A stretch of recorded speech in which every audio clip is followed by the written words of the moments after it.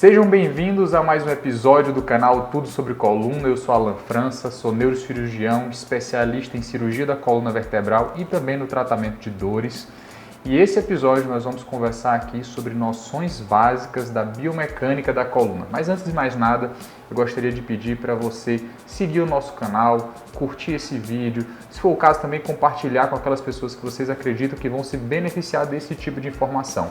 Aqui a gente tem como objetivo difundir o conhecimento não só para profissionais da saúde, mas também para os pacientes, para a população leiga, para que a gente possa cada vez mais educar o nosso público e dessa forma construir uma linha de conhecimento mais sólida em toda a nossa comunidade. Bom, esse episódio nós vamos falar sobre biomecânica da coluna e qual que é a importância de falar sobre isso. Nós já falamos aqui em diversos episódios sobre a anatomia da coluna vertebral. Inclusive fizemos segmentações para falar sobre cada segmento da coluna e a anatomia específica de cada um desses segmentos. Mas a coluna vertebral, ela funciona como um órgão único. Então não adianta a gente falar sobre a anatomia dos setores sem a gente entender o funcionamento de todo esse órgão. Como que essas estruturas elas conseguem se comunicar, se interligar para um funcionamento harmônico da coluna vertebral.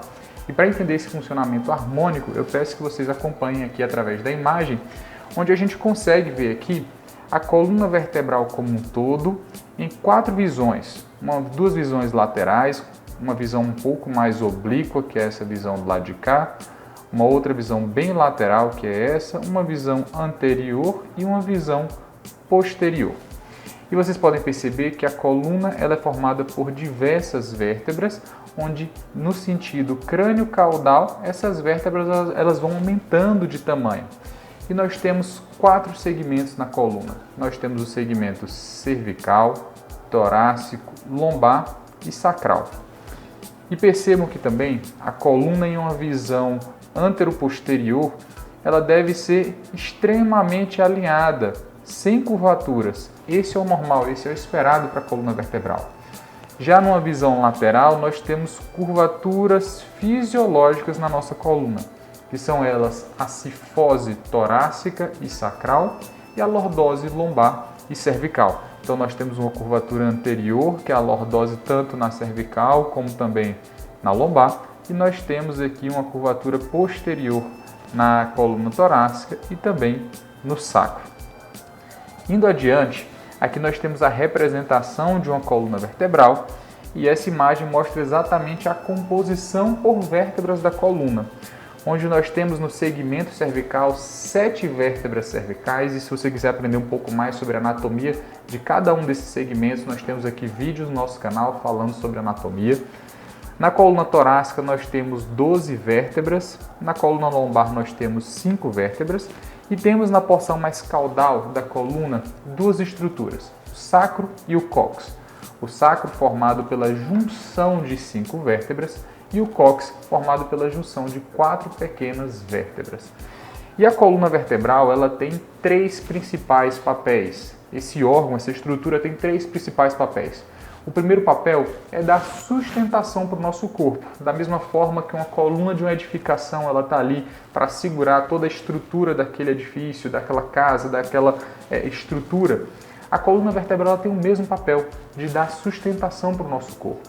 O segundo papel da coluna é o papel de dar mobilidade para o nosso tronco. E vocês vão entender um pouco mais à frente como que funciona essa mobilidade da coluna. E o terceiro papel da coluna, e um papel extremamente importante, é o de proteger parte do sistema nervoso. Da mesma forma que o crânio protege o cérebro, a coluna vertebral ela protege a medula espinhal na sua porção cervical e torácica e protege as raízes nervosas da cauda equina na sua porção lombar e sacral. E aqui a gente consegue ver exatamente isso. 2 vértebras e entre essas vértebras a saída de uma raiz nervosa. E essa emergência de raiz nervosa ela acontece em todo o segmento da coluna, desde a coluna cervical até a coluna sacral. Em cada nível vão saindo de cada lado uma raiz nervosa para exercer algum tipo de papel, seja ele sensitivo, motor ou do sistema nervoso autônomo.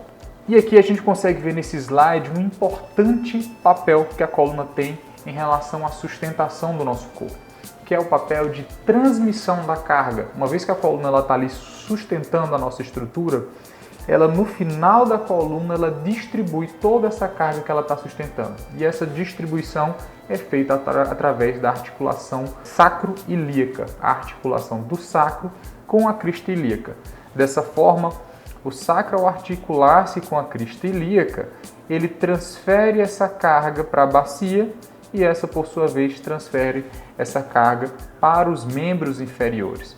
E aí é uma coisa interessante da biomecânica da coluna, é que essa transferência de carga, ela acontece quando estamos na posição em pé. Já quando estamos na posição sentada, toda essa energia ela é acumulada na coluna. E aí já começa a fazer sentido porque a posição sentada por tempo prolongado ela é mais prejudicial à coluna, porque dessa forma a gente perde essa transferência de energia e acumula-se uma sobrecarga na coluna, principalmente na sua porção mais terminal, na transição da lombar com o sacro. Por isso que temos mais tendência a ter degeneração da coluna nos segmentos lombosacrais, ali entre L4, L5 e L5, S1. E uma coisa interessante, já que a gente está falando aqui sobre a transição lombosacral, é entender a relação da coluna lombar com o sacro. Existe um equilíbrio entre essas duas estruturas. Vocês podem perceber que aqui nós temos uma coluna com a lordose um pouco menos acentuada e dessa forma nós temos um sacro um pouco mais anterovertido. Já se eu tenho um sacro mais retrovertido, isso confere para o paciente uma angulação sacral mais acentuada e, consequentemente, uma curvatura da lordose lombar maior. E existe, por isso, um equilíbrio entre essas duas estruturas, chamando esse equilíbrio de equilíbrio espinopélvico. Quando vamos avaliar o equilíbrio espinopélvico do paciente, é preciso que exista correlação entre essas angulações sacrais e as angulações lombares. E isso vai interferir em toda a dinâmica da coluna. Uma vez que eu tenho uma lordose lombar aumentada, existe uma tendência a ter também uma cifose torácica aumentada para que haja uma compensação. Até porque, por mais que tenhamos essas curvaturas ao avaliar um paciente de lado, as cifoses torácicas e sacrais e as lordoses cervicais e lombares, essas curvaturas elas precisam se anular para que o peso do paciente ele fique numa linha de eixo, num ponto único, que está ali entre as duas pernas, para que dessa forma a gente tenha um gasto mínimo de energia. Inclusive, acredito que no próximo slide eu mostro exatamente isso. Esse slide aqui é o cone de energia de Jean Dobusseau. Ele descreveu que quanto mais o nosso gasto, quanto mais alinhada está a nossa coluna, o nosso eixo, o nosso prumo, menor o nosso gasto energético. E quanto mais angulado, quanto mais nossa linha de prumo ela sai do ponto médio entre nossas pernas, maior o nosso gasto de energia. Por que isso é tão importante? Imagine um paciente que tem uma cifose torácica grande. A linha de prumo, o peso, a carga desse paciente ela é jogada para a anterior. Ela para de cair ali entre as duas pernas. Dessa forma, o gasto de energia para a sustentação dessa coluna passa a ser maior.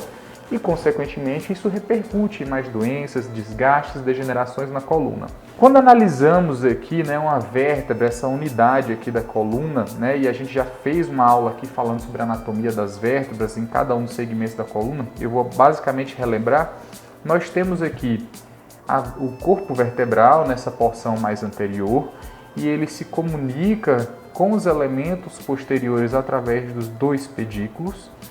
E nós temos numa porção lateral aqui o processo transverso em cada um dos lados e posteriormente nós temos as lâminas que vão compor ali o arco posterior do corpo vertebral e os processos articulares, sendo eles superiores e inferiores, que vão permitir que a coluna vertebral ela se articule vértebra a vértebra. Por que estamos falando sobre isso? Para a gente entender um pouco a dinâmica da coluna. Nessa imagem que vocês estão vendo aqui, nós temos 3 exemplos de vértebras. Aqui uma vértebra cervical, aqui nós temos uma vértebra torácica e aqui uma vértebra lombar. Percebam que elas vão aumentando gradativamente de tamanho. Isso acontece, obviamente, porque a carga que elas precisam sustentar gradativamente é maior. A carga que a coluna cervical precisa sustentar é menor do que uma vértebra lombar. Mas nós temos aqui também algo bem interessante, que é a disposição das articulações, das facetas articulares. Percebam que a faceta articular da coluna cervical, ela num plano horizontal, ela é angulada a 45 graus. Isso permite a essa faceta garantir ali o movimento de flexão e de extensão do pescoço. Já as vértebras torácicas, num plano horizontal, ela tem uma angulação aqui de 80 graus, né? Uma angulação bem importante. Isso faz com que eu tenha um movimento de flexão e extensão na coluna torácica mais limitado.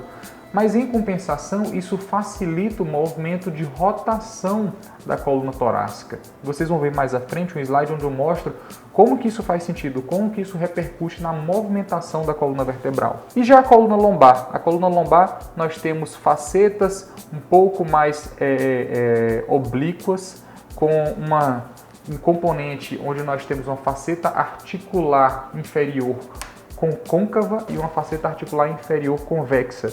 Isso garante mais mobilidade a essa faceta articular, dando mais movimentos de flexão e extensão à coluna lombar. E eu falei para vocês uma coisa interessante, que a coluna cervical, né, as vértebras cervicais, elas têm uma disposição que facilita muito o movimento de flexão e extensão. Mas nós temos bastante rotação no nosso pescoço.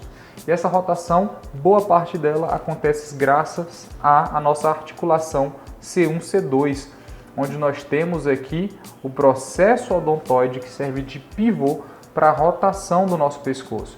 Então, boa parte do movimento de rotação que acontece na coluna cervical acontece graças a essas duas vértebras especiais que nós temos, que é o atlas e o axis, onde nós temos vértebras estruturalmente funcionais para o movimento de rotação, enquanto que as vértebras subaxiais, ou seja, de C3 a C7, elas exercem muito mais o movimento de flexão e de extensão do pescoço.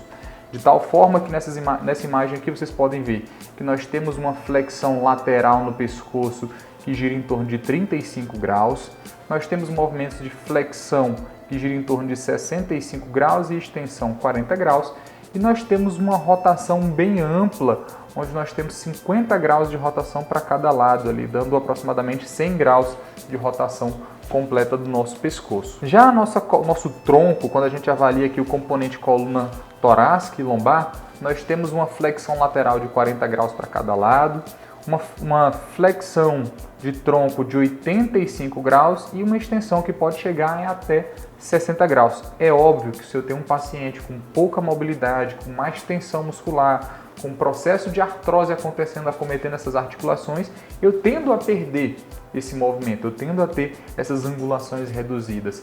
E é importante eu ter esses valores em mente exatamente para ver o que é que eu espero de um paciente, o que é que ele está apresentando e se existe ali comprometimento na mobilidade desse paciente. E a rotação lateral do tronco, ela gira em torno de 40 graus para cada lado.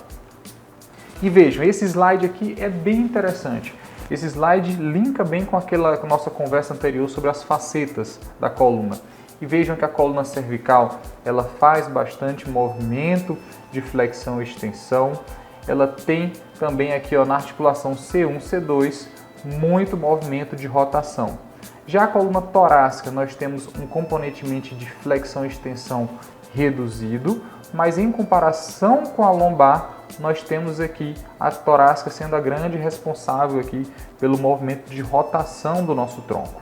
E a nossa coluna lombar exerce, em comparação com a torácica, bastante movimento de flexão e extensão, exatamente por conta da disposição das facetas articulares em cada um desses segmentos. E um componente extremamente importante da nossa coluna vertebral, que está localizado entre cada uma das vértebras, né? Ou melhor, entre boa parte dos espaços intervertebrais, é exatamente o disco intervertebral, que é uma estrutura cartilaginosa e que apresenta algumas funções. A função de dar amortecimento para a nossa coluna, a função literalmente funcionando ali como um amortecedor, a função de distribuir a carga entre as vértebras, então é como se entre cada vértebra eu tivesse uma estrutura que ela torna a carga equilitariamente distribuída para a vértebra subsequente, e além disso é também uma estrutura que funciona como uma articulação. Ela também serve para a mobilidade da coluna juntamente com a articulação facetária. Então na nossa coluna nós temos praticamente duas articulações, uma articulação anterior, que é o disco, e uma articulação posterior, que são as facetas articulares. E quando falamos da coluna cervical, nós temos uma terceira articulação que está localizada ali numa porção mais lateral da coluna vertebral, que é a articulação uncovertebral. Ela também atua ali como estrutura importante na movimentação da coluna vertebral, na porção cervical. E o disco intervertebral ele é formado por duas estruturas, ambas ricas em colágeno e água, uma porção mais externa e mais rígida, que é o ânulo fibroso, e uma porção interna e mais gelatinosa, que é o núcleo pulposo. E percebam nessa imagem aqui que o ânulo fibroso ele é formado por fibras em disposições transversas, e essas fibras são importantes para conter o movimento de torção e rotação da nossa coluna. E uma vez que a gente perde essa capacidade de contenção, ou que através de movimentos repetitivos a gente começa a tracionar demais essa coluna nesse sentido de torção e rotação, esse disco pode sofrer processo de degeneração. Mas para entender um pouco mais sobre o processo de degeneração do disco, eu gosto muito de falar sobre isso daqui, que é o principal, né, quando a gente fala de degeneração discal, que é a gente entender um pouco sobre os platôs vertebrais. O que é isso? Na superfície de cada vértebra, onde nós temos discos intervertebrais, nós vamos ter um platô cartilaginoso. Esse platô cartilaginoso ele mede cerca de 1 milímetro, né? Então é um platô cartilaginoso bem fino, e é exatamente nele onde eu tenho os vasos. E são os vasos que vão nutrir os discos intervertebrais, os vasos que vão fazer a nutrição. E quando nós temos, por movimentos repetitivos, por traumas repetitivos, ou até mesmo por desidratação das nossas vértebras, nós podemos ter aqui um processo de degeneração desses platôs e, consequentemente, perdemos a hidratação do disco intervertebral, porque são esses vasos que estão nos platôs que vão levar a nutrição para o disco intervertebral. Isso vai fazer com que esse disco gradativamente comece a sofrer um processo de desgaste, desidratação, perde sua altura e fica mais vulnerável a sofrer processos de ruptura. E através dessas rupturas podem acontecer a formação das hérnias discais. E uma vez que eu tenho esse comprometimento do disco intervertebral, eu passo a perder o equilíbrio, a harmonia da coluna vertebral. E, consequentemente, esse desgaste do disco passa a sobrecarregar na porção posterior da coluna a articulação facetária. E aí eu começo a ter também um processo de artrose nessa articulação facetária. Então é muito comum a gente ver um paciente que tem doença degenerativa discal associada a um processo de artrose uncovertebral, né? Então são coisas que caminham juntos. Essa imagem é para a gente lembrar que toda essa dinâmica de funcionamento, de biomecânica da coluna, ela tem como estrutura estabilizadora os ligamentos, né? Ligamento longitudinal anterior. Posteriormente temos ligamento longitudinal posterior. Posterior ao canal nós temos o ligamento de flavum ou ligamento amarelo. Entre os processos espinhosos nós temos os ligamentos interespinhosos e superiormente o ligamento supraespinhoso. E entre os processos transversos nós temos os ligamentos intertransversários. E aqui essa imagem é exatamente para a gente entender um pouco do processo degenerativo discal, né? Onde nós temos aqui movimentos repetitivos que podem ser de rotação, e esse movimento pode acabar causando ali uma força de cisalhamento no disco intervertebral. E se esse disco intervertebral ele está recebendo pouco nutriente, por conta da degeneração do platô vertebral, ele torna-se mais vulnerável a sofrer rachaduras e, consequentemente, a formação de hérnias discal. Então, nessa imagem aqui, nós temos exatamente essa rachadura, essa fissura do ânulo fibroso, que ela acontece por conta desse processo, né? Forças repetitivas e excessivas intensas, levando a microfraturas dos endplates, dos platôs vertebrais. Isso gera um processo de lesão tecidual, comprometendo a nutrição do disco intervertebral, fazendo com que esse disco sofra um processo de degeneração. E essa degeneração muitas vezes é vista nos exames de imagem como lesões dos platôs, intrusões nos nódulos de Shimoe, que nós temos também na ressonância, nessas intrusões, pequenas fraturas, a vértebra ela começa a ficar mais acunhada, né? a gente começa a ver uma vértebra um pouco mais acunhada, como vocês estão vendo nesse exemplo que eu acabei de desenhar para vocês, e isso geralmente vem associado com o processo degenerativo discal, e o processo degenerativo discal, ele leva a isso daqui, ó, um processo de artrose na articulação uncovertebral. Né? Aqui nós temos uma vértebra cervical, a gente vê também na articulação uncovertebral, não, perdão, na articulação facetária. Mas nessa imagem aqui, que é uma coluna cervical, nós temos aqui também uma artrose uncovertebral. Então é como se existisse ali um equilíbrio que foi quebrado, iniciando na degeneração discal, e isso evolui ali com o processo de artrose. Bom, essa foi uma aula sobre biomecânica da coluna. Obviamente que são noções básicas, é impossível a gente esgotar tudo que temos para falar sobre biomecânica da coluna em 20 minutos. Existe muito mais a ser conversado sobre a biomecânica muscular da coluna, mas isso vai ser conversado em um próximo momento aqui no nosso canal. Então, se você nos acompanhou até esse momento e gostou desse conteúdo, eu peço que curta, que compartilhe. E caso tenha ficado com alguma dúvida, deixe ela aqui nos comentários, pois vai ser um prazer para mim e para minha equipe sanar todas as dúvidas que por um acaso vocês possam ter. Muito obrigado e até o próximo vídeo.